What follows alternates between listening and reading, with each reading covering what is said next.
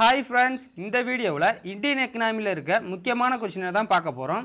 இந்த வீடியோவோட பிடிஎஃப் உங்களுக்கு வேணும் அப்படின்னா டிஸ்கிரிப்ஷனில் லிங்க் இருக்குது, டவுன்லோட் பண்ணி பாருங்கள். வாட்ஸ்அப் குரூப்போட லிங்க் இதில் இருக்குது. விருப்பம் உள்ளவங்க வாட்ஸ்அப் குரூப்பில் ஜாயின் பண்ணிக்கிங்க. உங்களுக்கு நிறையா பிடிஎஃப் வேணும் அப்படின்னா. ஸோ இந்த வீடியோவுக்கு போகிறதுக்கு முன்னாடி நம்ம சேனல் இது வரைக்கும் நீங்கள் சப்ஸ்கிரைப் பண்ணலை அப்படின்னா சப்ஸ்கிரைப் பட்டனை கிளிக் பண்ணிக்கிங்க. அப்படியே பக்கத்தில் இருக்க பெல் ஐக்கானே கிளிக் பண்ணிக்கிட்டீங்க அப்படின்னா நம்ம போடுற வீடியோலாம் உங்களுக்கு உடனடியாக தெரியும். வாங்க வீடியோக்குள்ளே போகலாம். 1991ஆம் ஆண்டு குறைந்தபட்ச கற்றல் அளவு அதாவது MLL அறிமுகப்படுத்தியவர் யார் அப்படின்னா ஆப்ஷன் ஏ பேராசிரியர் தாவே அவர்கள். அடுத்தது, ஐக்கிய நாடுகள் சபை எந்த ஆண்டினை பன்னாட்டு எழுத்தறிவு வருடமாக அறிவித்தது?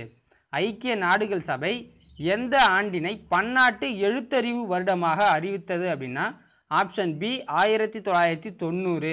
Option B 1990.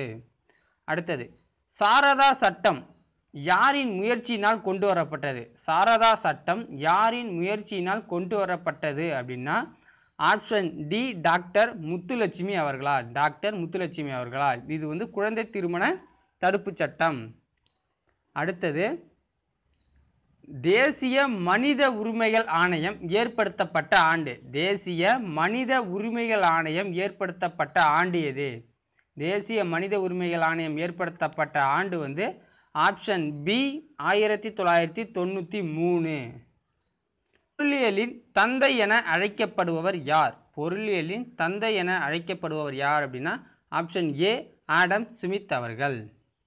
அடுத்தது, பொருளாதாரத்திற்காக நோபல் பரிசு பெற்ற இந்தியர் யார்? பொருளாதாரத்திற்காக நோபல் பரிசு பெற்ற இந்தியர் யார் அப்படின்னா ஆப்ஷன் சி அமர்த்தியா சென் அப்படிங்கிறவர் தான். அமர்த்தியா சென் அப்படிங்கிறவங்க தான். அடுத்தது, இந்தியாவில் வான்வழி போக்குவரத்து அறிமுகப்படுத்தப்பட்ட ஆண்டு எது? இந்தியாவில் வான்வழி போக்குவரத்து அறிமுகப்படுத்தப்பட்ட ஆண்டு எது அப்படின்னா ஆப்ஷன் டி 1930. Option D 1930. அடுத்தது, தமிழ்நாட்டில் எண்ணெய் சுத்திகரிப்பு ஆலை அமைந்துள்ள இடம் எது? தமிழ்நாட்டில் எண்ணெய் சுத்திகரிப்பு ஆலை அமைந்துள்ள இடம் எது அப்படின்னா option D Manali. Option D Manali அப்படிங்கிறது தான் கரெக்டான இது. அடுத்தது, சங்கர் சிமெண்ட் தொழிற்சாலை அமைந்துள்ள இடம்.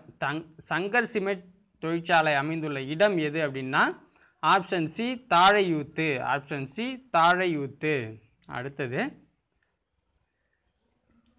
துப்பாக்கி மருந்து தயாரிக்கும் தொழிற்சாலை அமைந்துள்ள இடம். துப்பாக்கி மருந்து தொழிற்சாலை தயாரிக்கும் தொழிற்சாலை அமைந்துள்ள இடம் எது அப்படின்னா option C Nilgiri. Option C Nilgiri. அடுத்தது, இராணுவ தளவாடங்கள் தயாரிக்கும் தொழிற்சாலை அமைந்துள்ள இடம். இராணுவ தளவாடங்கள் தயாரிக்கும் தொழிற்சாலை அமைந்துள்ள இடம் எது அப்படின்னா option D Tiruvallur. Option D Tiruvallur. அடுத்தது, இந்திய பொருளாதார வடிகால் என்ற நூலை எழுதியவர்? இந்திய பொருளாதார வடிகால் என்ற நூலை எழுதியவர் யார் அப்படின்னா ஆப்ஷன் டி தாதாபாய் நவ்ரோஜி. தாதாபாய் நவ்ரோஜி. தற்காப்புக்கான செலவுகள் என்பது என்ன? தற்காப்புக்கான செலவுகள் என்பது என்ன அப்படின்னா ஆப்ஷன் பி பொது மூலதனம். ஆப்ஷன் பி பொது மூலதனம். அடுத்தது, இந்தியாவில் மறைமுக வேலையின்மை காணப்படுவது எந்த துறையில்? இந்தியாவில் மறைமுக வேலையின்மை காணப்படுவது எந்த துறையில் அப்படின்னா ஆப்ஷன் டி விவசாயத்துறையில். Option D விவசாயத்துறையில்.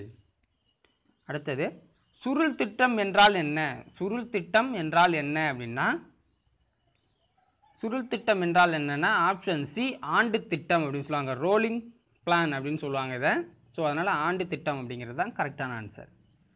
பணவீக்கத்திற்கான காரணம் என்ன அப்படின்னா விற்பனை மிகுதி. அதாவது பொருளோட விற்பனை அதிகமாக இருக்குது அப்படின்னு அர்த்தம். ஒரு நாள் முதல் நாள் 10 ரூபா விற்றது மறுநாள் 12 ரூபா விற்றா அதுக்கு பேர் தான் பணவீக்கம் அப்படின்னு சொல்லுவாங்க. அடுத்தது, ரிசர்வ் வங்கி எந்த ஆண்டு அரசு ஸ்தாபனமாக மாறியது? ரிசர்வ் வங்கி எந்த ஆண்டு அரசு ஸ்தாபனமாக மாறியது அப்படின்னா ஆப்ஷன் சி 1949. Option C 1949. அடுத்தது, பொருளின் மீதான வரியை விதிப்பது யார்? பொருளின் மீதான வரியை விதிப்பது யார் அப்படின்னா, பொருட்கள் மீதான வரியை விதிப்பது யார் அப்படின்னா மத்திய அரசு தான் விதிக்க முடியும். ஸோ ஆப்ஷன் பி மத்திய அரசு. அடுத்தது, பஞ்சாயத்து ராஜ் முறையை அமலுக்கு கொண்டு வந்த முதல் 2 மாநிலங்கள் எது? பஞ்சாயத்து ராஜ் முறையை அமலுக்கு கொண்டு வந்த முதல் 2 மாநிலங்கள் அப்படின்னு சொன்னால் அது ஆந்திராவும் ராஜஸ்தானும் தான். ஆந்திரா, ராஜஸ்தான் மாநிலங்கள் தான் பஞ்சாயத்து ராஜ் முறையை முதலில் அமலுக்கு கொண்டு வந்தது.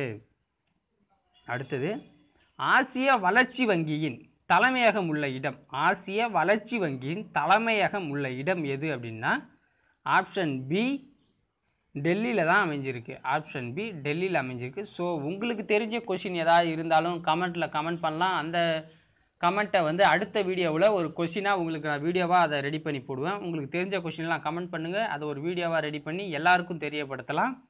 ஸோ இந்த வீடியோவை கடைசி வரைக்கும் பார்த்துருந்தீங்க அப்படின்னா ரொம்ப நன்றி. உங்களுக்கு பிடிச்சிருந்துச்சுன்னா லைக் பண்ணுங்கள், ஷேர் பண்ணுங்கள், சப்ஸ்கிரைப் பண்ணுங்கள் மறக்காமல்.